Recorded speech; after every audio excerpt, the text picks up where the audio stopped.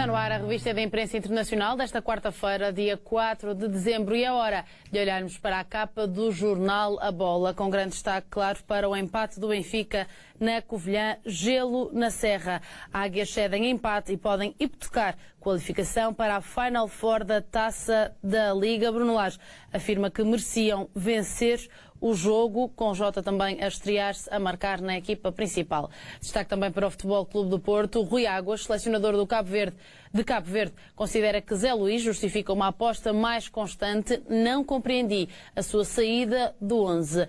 No Sporting, regresso sem certeza. Geraldes pode reintegrar plantel ou ser vendido. O Sporting que joga com Gil Vicente às 20h45. Em relação ao processo da Academia de Alcochete, os jogadores pediram distância dos invasores no tribunal. Destaque também para José Mourinho, que afasta a hipótese de contratar o capitão dos Leões em janeiro. Bruno Fernandes é de um nível que não é para todos. Depois de olharmos então para os destaques desta revista de imprensa internacional, é hora de apresentarmos Miguel Cardoso Pereira. Olá, Miguel. Bem-vindo mais uma vez à revista de imprensa internacional. E começo por te pedir um destaque a esta capa com este gelo na Serra, com este empate do Benfica que pode realmente complicar então as contas na Taça da Liga. É uma vergonha para o Benfica. Um péssimo resultado contra um adversário muito mais fraco, independentemente da forma como o treinador do Benfica, os jogadores do Benfica inclusivamente, entendam que o Benfica eventualmente merecesse vencer este jogo. Simples facto de se colocar isso num patamar de mera possibilidade e não de realidade, porque não aconteceu, independentemente daquilo que fosse ou não merecido, acaba por ser uma vergonha. Portanto, o Benfica era claramente favorito para este jogo, mesmo levando em consideração que o adversário está bem classificado na Liga de Honra, que é uma equipa que todas as equipas da parte de cima da Liga de Honra são muito competitivas, muitas vezes até mais competitivas do que propriamente as que estão na parte de baixo da Liga, propriamente da Liga, da primeira divisão, por razões que têm a ver com a natureza do próprio campeonato e com o equilíbrio entre as equipas que procuram a ascensão à prova. Mesmo levando tudo isso em consideração e também o facto de o jogo se ter realizado na Covilhã, num palco que durante, enfim, por mais de 10 vezes, quase 20, salvo erro,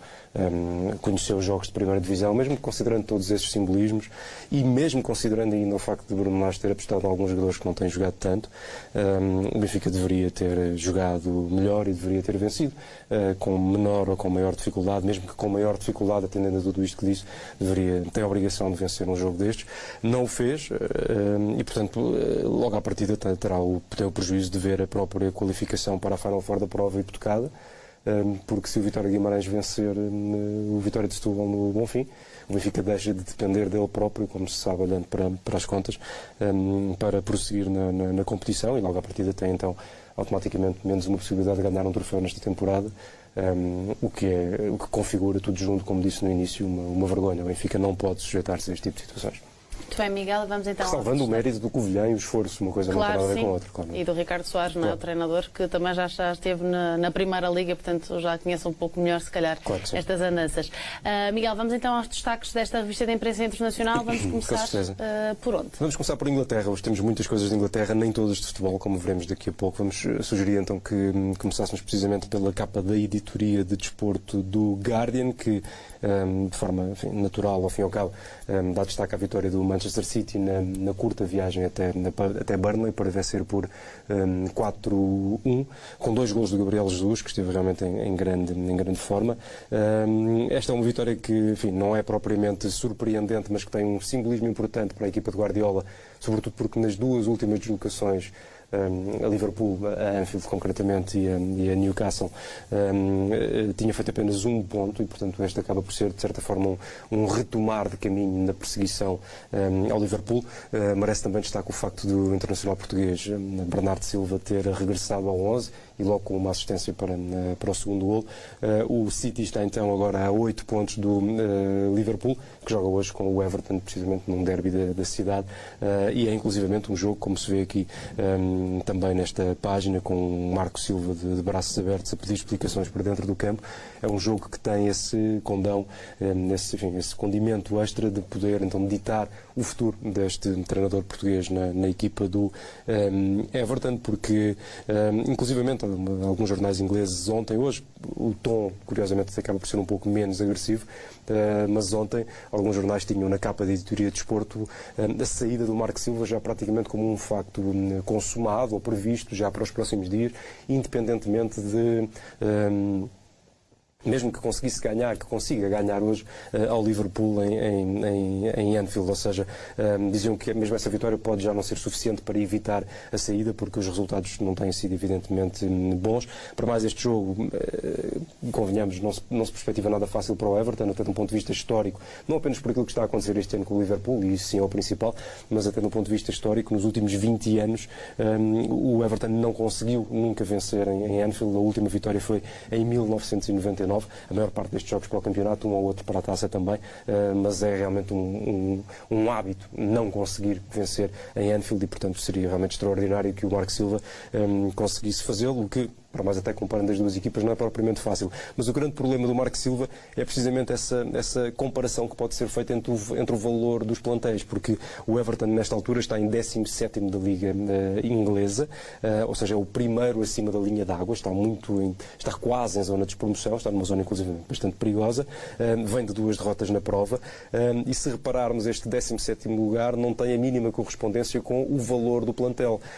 O Transfer Market, um site que normalmente se usa com bastante frequência para este tipo de avaliações, dá conta de que o valor de mercado do plantel do Everton é de 506 milhões de euros, e isto faz com que seja o 7º plantel mais valioso da Liga Inglesa, logo depois dos Big Six, portanto, do City, do United, do Arsenal, do Tottenham, do Chelsea e do Liverpool.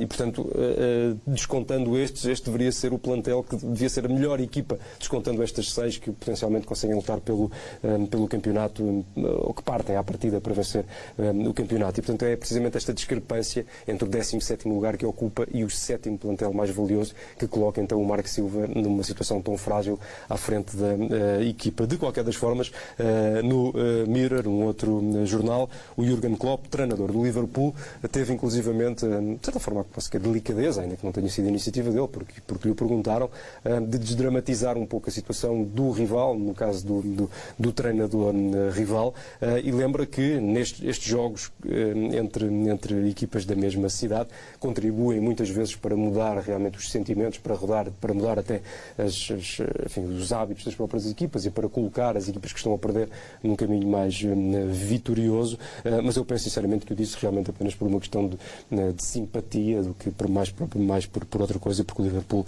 é amplamente favorito para este jogo. Ainda a respeito de Jürgen Klopp, o Mirror noticia também que talvez em janeiro, mas garantidamente no final da temporada, o Liverpool vai tentar contratar o Jadon Sancho. Estamos a falar de um jogador fantástico, é um craque, já é internacional inglês, tem 19 anos, é um extremo, sobretudo direito, mas também esquerdo, joga no Dortmund, na Alemanha, como se percebe ali pela camisola, que curiosamente o foi buscar há uns 2 anos à formação do Manchester City, que se distraiu um bocadinho, pagando então 8 milhões de euros. Já foi uma contratação cara, se levarmos em consideração que estávamos a falar de um jogador com acabado de fazer 17 anos na altura, ele tem agora 19. De qualquer das formas, acabou por ser uma distração, porque o próprio City, como se sabe, é também um clube que tem uma capacidade financeira que não tem propriamente limites, e então também está sempre particularmente atento aos jovens que vão surgindo noutros clubes, e acaba por ser estranha a forma como desconsiderou o potencial deste jogador que tinha realmente em casa. O Jadon Sancho tem, nesta altura, no campeonato alemão, repara, 5 golos e 7 assistências em 11 jogos, e portanto é claramente um jogador em destaque e com uma das carreiras mais promissoras nesta altura, e faz sentido como um jogador para o Liverpool, para mais porque pelo estilo de jogo da equipa encaixaria muito rapidamente na linha avançada do Liverpool. Tem um valor de mercado de 100 milhões de euros, e eu acho que isto está a ser feito um bocadinho por baixo nesta altura, com toda sinceridade. Acho que é um jogador que vale mais do que estes 100 milhões nesta altura. Ainda em Inglaterra, o Telegraph dá um grande destaque nestas 2 páginas à visita de o treinador português José Mourinho, que agora orienta o Tottenham, como toda a gente sabe, Manchester, para jogar com o Manchester United, clube anterior do treinador português, do qual saiu há menos de um ano, em dezembro do ano passado, exatamente, há um ano então sensivelmente, e acaba por haver aqui uma série de condimentos especiais. Ao fim e ao cabo, o Mourinho apressou-se a dizer que não volta e gostava de não ser recebido dessa forma a Manchester como um vilão, como um inimigo, mas o enquadramento acaba por ser um bocadinho estranho, ao fim e ao cabo, para o próprio José Mourinho. Porquê? Por duas razões. Primeiro, porque vai voltar a casa, acabado de chegar um novo clube, vai voltar a casa de um clube antigo, que logo à partida é interessante para o jogo, para o reencontro, evidentemente, mas mesmo se considerarmos a própria situação do José Mourinho ainda no clube que agora representa, no Tottenham, o relacionamento dele com os adeptos, apesar de ter chegado e ter vencido os 3 jogos que fez até esta altura, ainda está numa fase de aproximação, diria, sobretudo porque ele tem ainda o estigma de ter treinado também o Chelsea, que é um dos rivais londrinos do Tottenham, e ele próprio já se referiu a isso nessa altura. Portanto, o que é passado, o que aconteceu, e que agora está absolutamente comprometido com o Tottenham, nenhuma dúvida a este respeito, evidentemente, mas para os adeptos muitas vezes estas coisas demoram a aceitar-se, e portanto o José Mourinho em Old Trafford, curiosamente, terá seguramente os adeptos do Manchester United contra ele, mas talvez ainda não tenha propriamente um grande apoio dos próprios adeptos do Tottenham, de alguns dos que lá estarão. Portanto, ou seja, há aqui uma espécie de um certo isolamento emocional do José Mourinho para este jogo, o que para ele, convenhamos, também nunca foi propriamente um problema. Ele sempre soube canalizar essas energias, essas dúvidas, essas contestações, sempre soube canalizar isso muito bem para a própria carreira, para a própria equipa, e é por isso que é o extraordinário treinador que é, e que tem uma carreira lendária quase ao fim e ao cabo. Não é? A verdade é que, desculpa interromper-te, Miguel, o José Mourinho, quando saiu do Manchester United, salvo erro, estava na 17ª jornada, a 19 pontos do líder, agora encontra um United de Solskjaer com 22 pontos do líder. Sim, que é assim. Sim, portanto, porque a diferença ainda maior, não é? Quando ele saiu de lá. Sim, e isso coloca também em xeque cada vez mais este treinador do Manchester United, Solskjaer,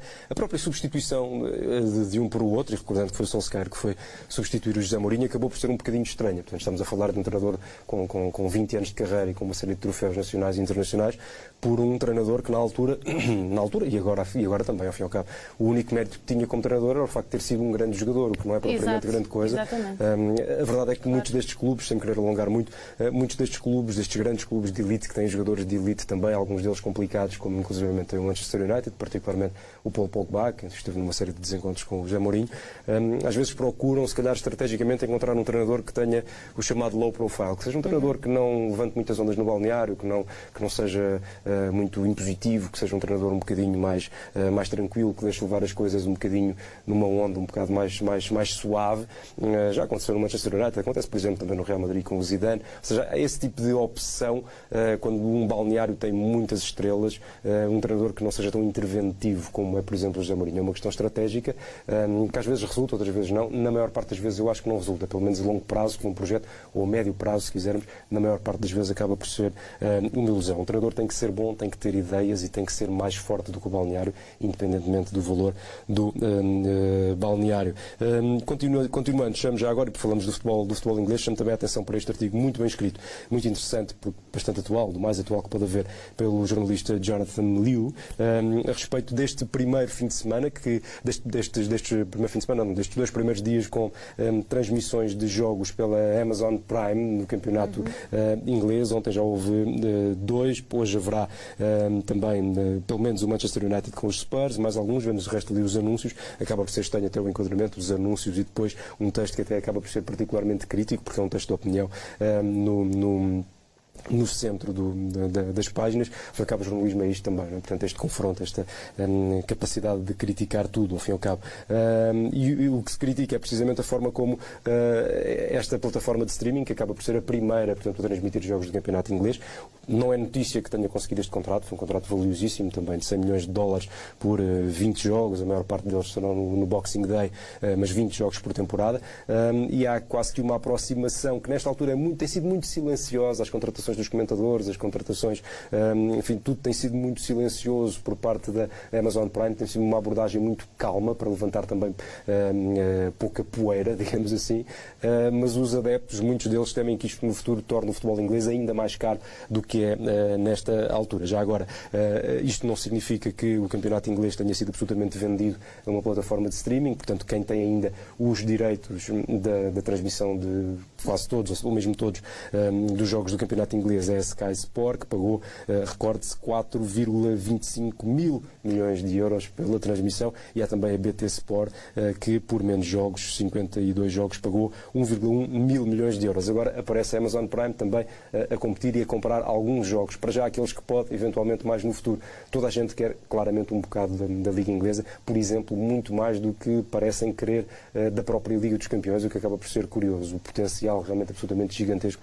deste campeonato. E a verdade é que o efeito de localização, de ser uma prova num país e não num continente, tem realmente um potencial, se calhar, mais vendável particularmente para a Ásia, onde o mercado é gigantesco, não é? Como se sabe.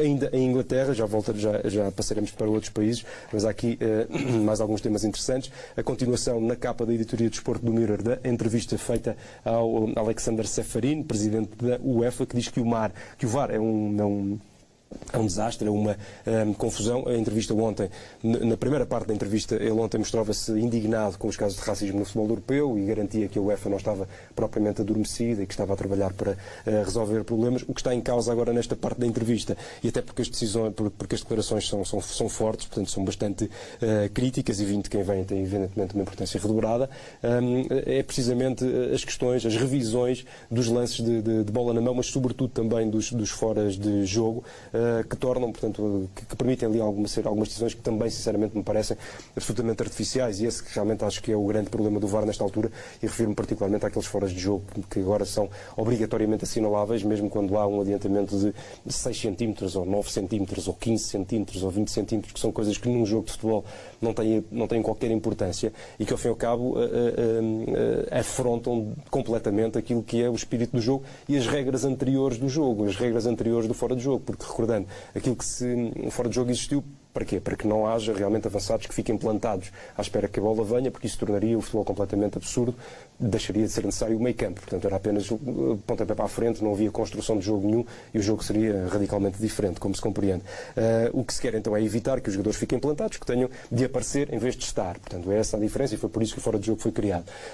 Mas as próprias regras diziam que em caso de dúvida no assinalar de um fora de jogo, o fora de jogo não deveria ser assinalado, ou seja, era só para casos evidentes de fora de jogo e para que não houvesse o tal benefício, o tal aproveitamento de ficar à espera que a bola chegasse. O que se dá agora é precisamente o contrário disso, ou seja, mesmo numa situação normalíssima de jogo, numa situação de movimentos normais de avançados a tentar aparecer por trás dos defesas, repara que temos muitas vezes golos que são anulados por os tais foras de jogo de 5 centímetros, de 2 centímetros. Não é suficiente. E isso torna o futebol completamente diferente, ou seja, não faz realmente nenhum tipo de sentido.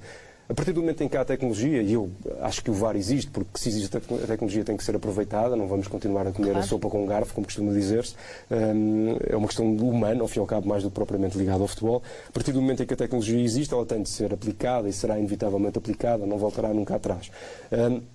A questão é que, para quem gosta do futebol, as coisas têm de ser preservadas dentro de um certo estilo, dentro de um certo hábito, dentro de uma certa emoção. E, portanto, ver golos anulados, bons golos, boas jogadas, bons momentos, boas emoções anuladas por coisinhas de 6 centímetros e 10 centímetros e 15 centímetros, retiram claramente essa emoção. Ou seja, agora, o que fazer? É difícil, não serei seguramente eu a dizê-lo, mas até tenho uma opinião sobre o assunto. Ou seja, se calhar, criando uma espécie de barreira, uma espécie de zona de amortecimento, de buffering, entre um valor razoável a partir do qual, ou dentro do qual, um jogador não pudesse ser considerado em fora de jogo, eventualmente 50 centímetros ou 1 metro, por exemplo, qualquer coisa que permitisse que a naturalidade dos movimentos e que a naturalidade da procura de espaço onde eles existem atrás dos defesas não fosse depois prejudicada porque há um adiantamento de um braço ou de um ombro, porque isso já não é futebol e isso já é claramente contra a ideia que se tem de um golo e de uma jogada ofensiva. Portanto, eventualmente as coisas terão ajustes no futuro, não sei se estes outros, se calhar outros, melhores do que este que eu sugiro, mas este pareceria, por exemplo, academia, por exemplo, razoável. Ainda em Inglaterra, um dos temas desportivos da semana é um combate de boxe, portanto deixamos o futebol agora momentaneamente para trás, já lá voltaremos noutros países. O combate de boxe entre o inglês Anthony Joshua, que está ali caído, e o Andy Ruiz, que está lá mais ao fundo vencedor. Este é um artigo de opinião, mas há várias notícias sobre o assunto nos jornais ingleses. O combate vai ser agora no fim de semana em Riad, na Arábia Saudita. Em junho, o Andy Ruiz, o tal que está de pé ali, o mais gordito, venceu no Madison Square Garden em Nova Iorque o Anthony Joshua. Na altura fê-lo contra todas as expectativas, porque o Joshua tinha 22 combates invicto, 21 deles por KO, e o Andy Ruiz tornou-se inclusivamente, depois desse combate, no primeiro mexicano, ele é mexicano-americano, mas tem ascendência mexicana, a conquistar, portanto, o cinturão de pesos pesados. Nunca tinha acontecido um mexicano ter essa distinção. Para mais ganhou por KO, como se vê ali com o Joshua caído. Ele tem aquela pinta de gordinho, como eu dizia, dizia-se que ele na altura não tinha nenhuma possibilidade de vencer e que ia cair em poucos assaltos, afinal ganhou. Agora é um combate de desforra que foi logo pedido pelo Anthony Joshua.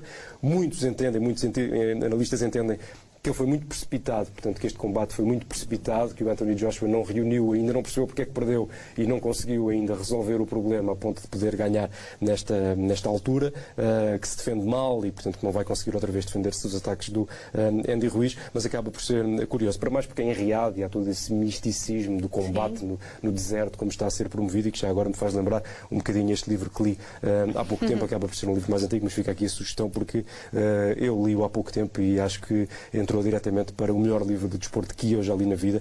Na altura também uma referência a um combate também com esse caráter muito exótico, na altura até por questões particularmente políticas, que foi em Kinshasa, no então Zaire, agora Congo, em 1974, entre o Muhammad Ali e o George Foreman, que vemos ali então na capa. E fica então, para quem gostar de combates de boxe, para quem gostar da modalidade, para quem gostar de todas estas histórias e da forma como dois homens se encontram num ringue, fica a recomendação deste ótimo livro. Voltemos ao futebol. O L'Équipe em França tem na capa a vitória do Marselha, portanto ali perentório, portanto autoritário, portanto dominador na vitória em Angers por 2-0.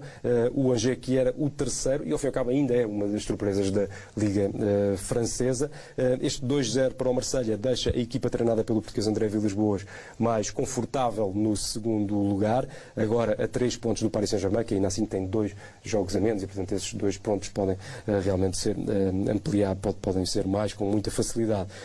Disse o André Villas-Boas no final do jogo que não pensa ainda assim na posição do Paris Saint-Germain, que o objetivo do Marselha é o segundo lugar. Ainda assim, mérito seja reconhecido ao André Villas-Boas, porque no início desta temporada pouca gente esperaria que este campeonato francês não continuasse a ser aquilo que tem sido nos últimos anos, que é um passeio descontraídíssimo para o Paris Saint-Germain, ainda que a vantagem seja grande, são 2 pontos, faltam 2 jogos, potencialmente podem voltar a ser 8 pontos, é realmente difícil que o Marselha possa ser campeão francês, mas ainda assim a ideia do passeio do Paris Saint-Germain parece estar nesta altura um bocadinho perturbada, e isso já é claramente um mérito, porque convenhamos, tal como está a desproporção de forças no campeonato inglês, é difícil que uma equipa que não o Paris Saint-Germain possa ser campeã.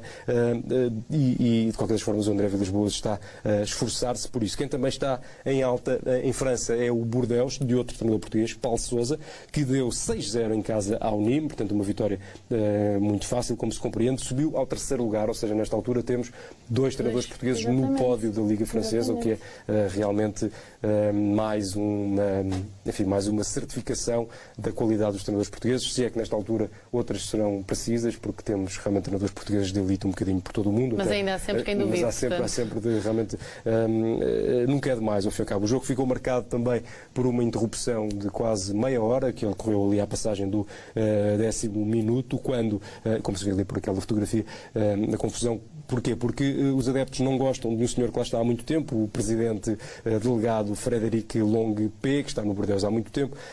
Os adeptos não gostam dele por razões várias, suspeitam dele a vários níveis, querem que ele saia. Ele já disse mesmo depois desta confusão que não vai sair, que não vai deixar de abalar-se por isto.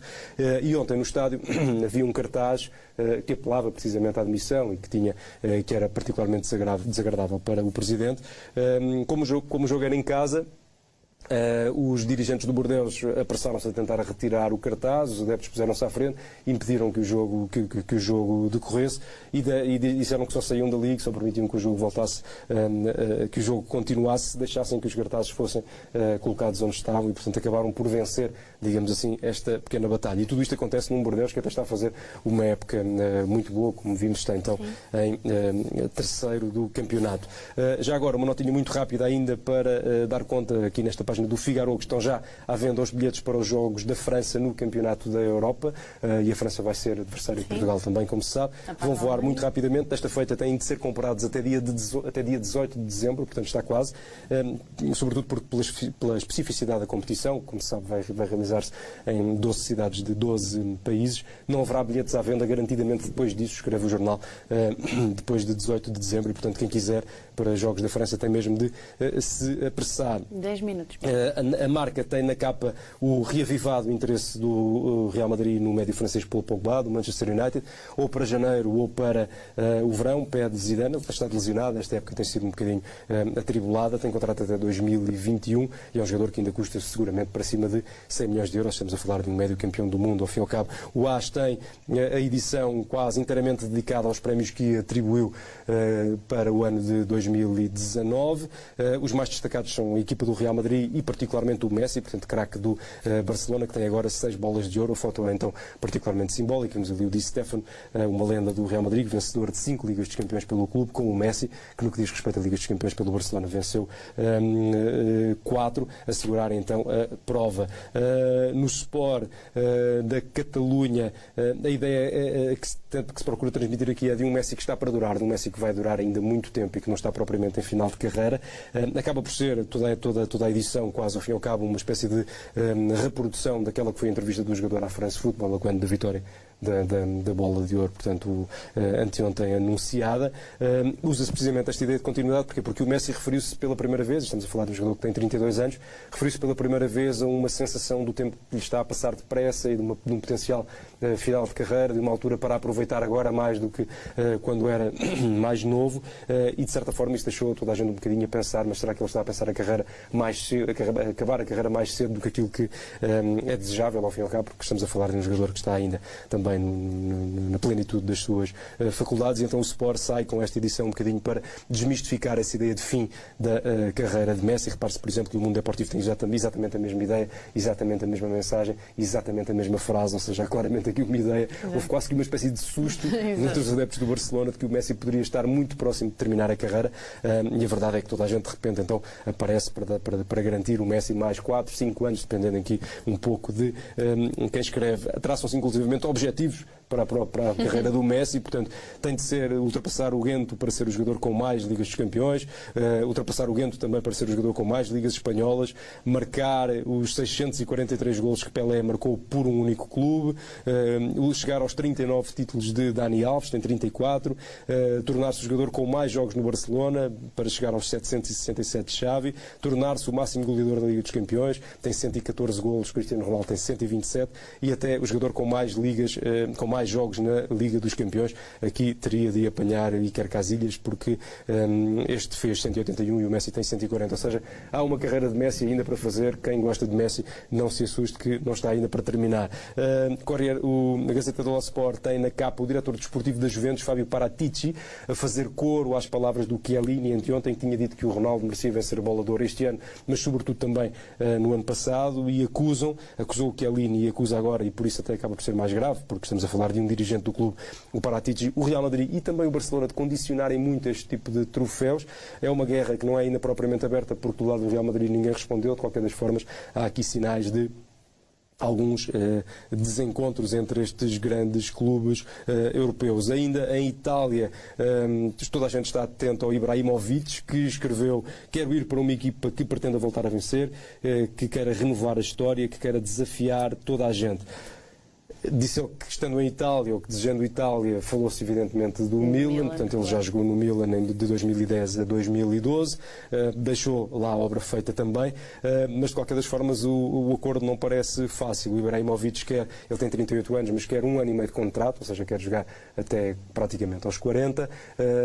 De acordo com o que estava a dizer Trabzonspor, a oferta do Milan foi de apenas 6 meses e a oferta salarial também ficou muito aquém daquilo que o jogador esperaria. O que me parece absolutamente notável é como estamos a falar de um jogador com 38 anos, que desceu no nível de competitividade quando foi jogar para os Estados Unidos, mas que demonstrou que continua realmente um goleador, que continua em plena forma, e para mais um jogador que há 3 ou 4 anos, quando ainda estava no Manchester United, sofreu uma lesão grave que quase lhe colocou em risco a própria carreira. É claramente um atleta de exceção e é um ótimo exemplo da própria longevidade destes grandes jogadores, ao fim e ao cabo. Sim, ele é um grande exemplo, não é? Sim. A respeito do Milan, já agora o Corriere dello Sport aposta aqui numa grande entrevista a Adriano Galliani, que rabusca, portanto, uma série de memórias com Berlusconi, com Ancelotti, com Paulo Maldini também. Acaba por ser uma edição muito saudosista, ao fim e ao cabo, porque o Milan de agora não tem nada a ver com este Milan que aqui acaba por ser recordado, e com o trabalho do Galliani, que foi seguramente um dos dirigentes mais premiados da história do futebol mundial, desde 1986 até 2013, quando ele próprio decidiu afastar-se. Ganhou 5 Ligas dos Campeões para o Milan, 8 campeonatos, e alguns dos melhores jogadores do mundo, alguns dos bolas de ouro dessa altura, saíram diretamente do Milan. E portanto, se olharmos para esse Milan e para o Milan de agora, realmente esta é uma cópia barata, e é por isso que esta edição acaba por ser muito saudosista. Ao fim e ao cabo, não tem muito a ver com aquilo que acontecia antes. Uma história muito interessante no Olé, portanto, da Argentina, capa para a recepção que o treinador do River Plate, o Marcelo Gallardo, e os jogadores do River Plate deram essa recepção aos adeptos do clube que viajaram de autocarro para ir ver a Liga dos Campeões ao Peru, aquela vencida pelo Flamengo, e que só agora é que regressaram a Buenos Aires, à Argentina. Eu trago aqui um mapa para que se perceba realmente com mais facilidade a distância, portanto, de Buenos Aires a Lima. Pelo caminho mais rápido seriam 50 horas de carro, 3.934 km sem parar. Isto é evidente, uma viagem não pode ser feita desta forma, e portanto eles demoraram praticamente uma semana a ir, praticamente uma semana a voltar também, e foram recebidos então com este grande entusiasmo, para mais num território particularmente montanhoso, durante mais de metade da viagem seguramente, e terá sido extraordinariamente cansativo. O interessante de tudo isto é que estamos a falar da equipa que perdeu, ao fim e ao cabo. Portanto, tudo isto acaba por ser muito mais emocionante, mesmo para quem não tem nenhuma ligação afetiva com o River Plate. A história acaba por ser muito mais emocionante, levando isto em consideração, o esforço e a capacidade de festejar esta ligação, este amor ao clube, ao fim e ao cabo, mesmo quando se perde, mesmo quando há este espírito de sacrifício, e acaba por ser isso que é então celebrado também aqui e enaltecido por esta edição muito interessante e por esta opção editorial muito interessante de chamar este assunto para capa pelo Olé, portanto o mais prestigiado dos diários desportivos da Argentina. Se tivermos ainda tempo, sim. Tinha aqui então uma última história, e vamos então terminar por aqui. É uma história que está publicada na Folha de São Paulo, que resulta do facto do próprio jogador, do ex-jogador neste caso, ter feito uma queixa, portanto através do Instagram, creio que foi do Instagram. O que está em causa é o que aconteceu a Diego Lima, 34 anos. Ele é um médio já aposentado. Eu não tive tempo para ver, mas tenho ideia que ele chegou a passar por Portugal pelo Belenenses há uns anos. Eu creio que é esse jogador, ficou por cá há pouco tempo, mas não dou nenhum tipo de garantia de que o seja, porque não tive, sinceramente, muita oportunidade, tempo para confirmar. Mas isto acaba por ser o menos importante, porque esse tipo de proximidade acaba por ser o menos importante neste caso. O que se passa é que este ex-jogador foi expulso do estádio do Palmeiras durante o último jogo, porque não estava identificado com a camisola do clube. As pessoas reconheceram, alguns adeptos mais radicais, e radicais aqui acaba por ser uma palavra que poderia ser facilmente substituída por estúpidos e por cobardes, porque ao fim e ao cabo são estúpidos no tratamento do assunto, e foram cobardes na abordagem, porque eram muitos e o jogador em causa era apenas um, e portanto não tem propriamente outro nome. Bateram-lhe, ofenderam-no, empurraram-no, ele teve que se esconder num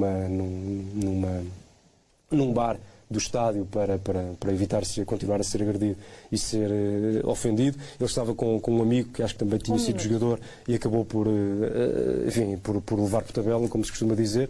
Curiosamente, o jogador até é do Palmeiras, de acordo com o que escreve a Folha de São Paulo, mas os adeptos que lá estavam só diziam que ele era de outro clube, particularmente do Flamengo, e que não tinha camisola, e que se não tinha camisola não era do Palmeiras, e portanto foi agredido. Chamaram-lhe tudo aquilo que havia para chamar, ofenderam-no, ofensas raciais, e portanto por aqui se percebe que realmente o futebol brasileiro também precisa de evoluir bastante neste aspecto do racismo e do maltrato, da intolerância. Não é propriamente um assunto exclusivo do Brasil, bem pelo contrário, também acontece com muita frequência na Europa. O que me parece aqui importante é perceber que o futebol é vítima disto, e o futebol serve para que estas pessoas canalizem estas coisas, e que estes são problemas sociais que são infelizmente muito maiores do que o futebol, e também por isso muito mais difíceis de tratar, e portanto não são na essência problemas do futebol. O futebol acaba por ser apenas o resultado destas coisas. Arrisco-me a dizer que para lá, neste momento não é o futebol, não é isto, o futebol não é suposto ser isto, portanto que as pessoas já utilizam o futebol para outras. Sim, aconteceu na Bulgária, aconteceu na Bulgária recentemente com a Inglaterra, aquele caso mais extremado ao fim e ao cabo, que levou à interrupção do jogo, e depois a UEFA acabou por punir a Bulgária. Há quem entenda que é pouco, mas o que eu pergunto é o que é que a UEFA pode fazer, além de punir as seleções, ou de impedir que elas joguem, ou de terem de jogar à porta fechada. Enfim, basta pensar no que é a Bulgária de um ponto de vista político, onde há gente de extrema-direita que também está próxima do poder, na própria ascensão do Beko Borisov, que é o primeiro-ministro da Bulgária, que também esteve ligado a grupos, enfim, um pouco de segurança privada e por aí fora, toda uma ascensão muito agressiva até de um ponto de vista político, e depois essas sociedades acabam por, quase que de certa forma, autorizar ou por ter menos capacidade para filtrar este tipo de adeptos, e nas grandes manifestações públicas, particularmente nos estádios de futebol, aproveitando o facto de estarem todos uns ao pé dos outros, de poderem fazer todos barulho ao mesmo tempo, a tal cobardia a que me referi há pouco, estas coisas acabam por expressar-se com muita facilidade. Vamos esperar que seja apenas um episódio. Muito obrigado, Miguel, pela tua presença nesta revista de imprensa internacional. Ponto final. Tenha uma ótima quarta-feira.